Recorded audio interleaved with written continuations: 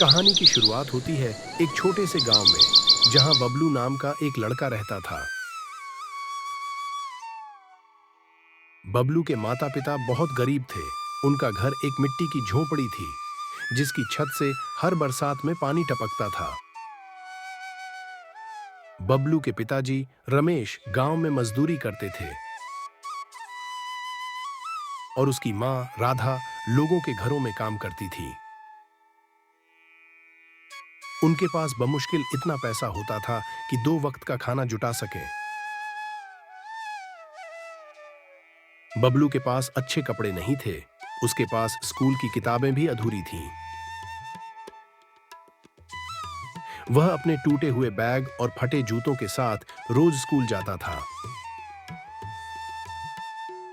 बबलू को पढ़ाई में बहुत दिलचस्पी थी और उसका सपना था कि वह एक दिन बड़ा आदमी बने, ताकि उसके माता पिता की गरीबी दूर हो सके। एक दिन स्कूल में शिक्षक ने सभी बच्चों से पूछा। बच्चों, बड़े होकर तुम क्या बनना चाहते हो? सभी बच्चों ने अलग अलग जवाब दिए। किसी ने डॉक्टर, किसी ने इंजीनियर, तो किसी ने पुलिस वाला बनने की बात कही। बबलू चुपचाप बैठा था। शिक्षक ने बबलू से पूछा। बबलू, तुम क्या बनना चाहते हो? बबलू ने थोड़ा संकोच किया और फिर बोला। सर, मैं पढ़ लिख कर बड़ा आदमी बनना चाहता हूँ, ताकि मेरे माता पिता को कभी गरीबी का सामना न करना पड़े। सभी बच्चे बबलू का जवाब सुनकर हंसने लगे। उन्हें बबलू के फटे जूते और पुराने बैग देखकर लगा कि वह गरीब है और कभी बड़ा आदमी नहीं बन सकता। बबलू ने बच्चों की हंसी पर ध्यान नहीं दिया, लेकिन उसके शिक्षक उसकी सोच से बहुत प्रभावित हुए। शिक्षक, जिसका नाम श्री शर्मा था, बबलू के हालात से पहले ही वाकिफ थे। उन्होंने देखा कि बबलू के पास पढ़ाई का जुनून था, लेकिन उसके पास सुविधाओं की कमी थी। शर्मा जी ने बबलू को बुलाया और कहा। बबलू, अगर तुम मेहनत करोगे तो कोई तुम्हें बड़ा आदमी बनने से रोक नहीं सकता। मैं तुम्हारी मदद करूंगा।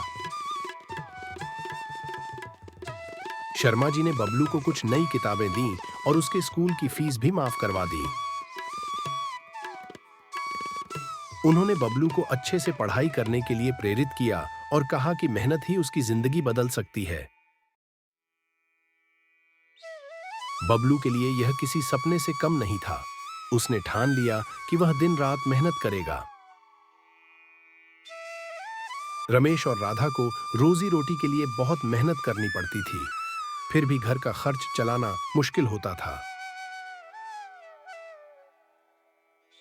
कभी कभी तो उन्हें भूखा भी सोना पड़ता था। एक दिन रमेश बीमार पड़ गया और काम पर नहीं जा सका। घर का खर्च चलाना और भी मुश्किल हो गया। बबलू को अपनी पढ़ाई छोड़कर काम करने का ख्याल आया, लेकिन उसकी मां ने उसे समझाया। बबलू, हमारी गरीबी तभी दूर होगी जब तुम पढ़ लिख कर बड़े आदमी बनोगे। तुम अपनी पढ़ाई पर ध्यान दो, बाकी सब हम संभाल लेंगे। बबलू ने मां की बात मान ली और फिर से पढ़ाई में जुट गया। उसकी मां ने घरों में और ज्यादा काम करना शुरू कर दिया, ताकि बबलू की पढ़ाई में रुकावट न आए। बबलू ने पढ़ाई में खूब मेहनत की और अपने स्कूल में अच्छे अंकों के साथ पास हुआ। अब वह गांव के कॉलेज में दाखिला लेना चाहता था, लेकिन कॉलेज की फीस बहुत ज्यादा थी। माता पिता के पास इतने पैसे नहीं थे कि उसकी पढ़ाई का खर्च उठा सकें। तब शर्मा जी ने एक बार फिर उसकी मदद की। उन्होंने बबलू के कॉलेज में दाखिले के लिए एक फंड का इंतजाम किया। कॉलेज में दाखिला मिलने के बाद बबलू ने मेहनत में कोई कमी नहीं रखी। उसने पढ़ाई के साथ साथ छोटे मोटे काम भी करने शुरू किए, ताकि अपने माता पिता की आर्थिक मदद कर सके। बबलू की मेहनत रंग लाई और उसने कॉलेज में भी अच्छे अंक हासिल किए। कॉलेज की पढ़ाई पूरी करने के बाद बबलू को शहर में एक अच्छी नौकरी मिल गई। उसकी तनख्वाह भी अच्छी थी, जिससे अब वह अपने परिवार की मदद कर सकता था। नौकरी मिलते ही बबलू अपने माता पिता को शहर ले गया और उन्हें एक अच्छे घर में रहने का इंतजाम किया। अब उसके माता पिता को मजदूरी करने की जरूरत नहीं थी। बबलू की मेहनत और लगन ने उनकी जिंदगी बदल दी थी। कुछ सालों बाद बबलू ने खुद का एक छोटा सा व्यवसाय शुरू किया और उसमें खूब सफलता पाई। अब वह उस स्थिति में था कि अपने गांव के गरीब बच्चों की मदद कर सके।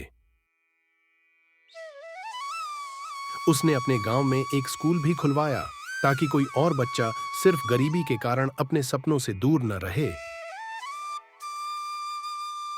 बबलू की इस प्रेरणादायक कहानी ने सभी गांव वालों को एक नया संदेश दिया कि गरीबी और कठिनाइयां केवल मेहनत और संघर्ष से दूर हो सकती हैं। बबलू ने साबित कर दिया कि सच्ची लगन और मेहनत से कुछ भी असंभव नहीं है। गरीबी ने भले ही बबलू को बहुत कुछ सिखाया, लेकिन उसने हिम्मत नहीं हारी। बबलू ने जो सपना देखा था, उसे अपनी मेहनत और संघर्ष से साकार किया। इस तरह बबलू की कहानी हर गरीब बच्चे के लिए एक प्रेरणा बन गई कि अगर हम सच्चे दिल से मेहनत करें तो गरीबी पर विजय पा सकते हैं। एक छोटे से गांव में रहने वाला मोहन बहुत बहुत गरीब था। उसके पास खेती करने के लिए जमीन तो थी, लेकिन खेती के औजार और बीज खरीदने के लिए पैसे नहीं थे। उसकी झोपड़ी टूटी फूटी थी और रोज की रोटी के लिए भी उसे मेहनत करनी पड़ती थी। मोहन के परिवार में उसकी पत्नी राधा और 2 छोटे बच्चे थे। एक दिन मोहन अपने बच्चों को भूखा देखकर बहुत दुखी हो गया। उसने ठान लिया कि वह कुछ ऐसा करेगा जिससे अपने परिवार की गरीबी दूर कर सके। अगले दिन वह गांव के बड़े साहूकार के पास गया और उससे कुछ पैसे उधार मांगे। साहूकार ने कहा, मैं तुम्हें पैसे तो दे दूंगा, लेकिन उसके बदले में तुम्हारी जमीन मेरे पास गिरवी रखनी होगी। मोहन के पास कोई और रास्ता नहीं था, तो उसने यह शर्त मान ली। साहूकार ने उसे कुछ पैसे दिए, जिससे उसने बीज और औजार खरीदे। मोहन ने अपनी जमीन पर दिन रात मेहनत की। उसकी पत्नी राधा ने भी उसका साथ दिया। वह खाना पकाने और बच्चों का ख्याल रखने के साथ साथ खेत में भी मदद करती थी। कुछ महीनों बाद मोहन की मेहनत रंग लाई। खेत में अनाज लहलहाने लगा। उसने अनाज बेचकर साहूकार का कर्ज चुकाया और अपनी जमीन वापस ले ली। अब उसके पास इतना पैसा था कि वह अपने बच्चों को स्कूल भेज सके। इस दौरान मोहन ने एक बात सीखी कि अकेले मेहनत से कुछ नहीं होता, उसे नए तरीकों के बारे में भी जानकारी लेनी चाहिए। उसने गांव के कृषि विभाग से संपर्क किया और नई तकनीकों के बारे में सीखा। अगले साल उसने अपनी फसल को और बेहतर बनाया। अब मोहन का परिवार सुखी था। उसके बच्चे स्कूल जाते थे और उसका परिवार पेट भर खा सकता था। धीरे धीरे उसकी झोपड़ी भी पक्के घर में बदल गई। मोहन ने गांव के बाकी किसानों को भी ये सिखाया कि मेहनत और नई सोच से गरीबी को हराया जा सकता है।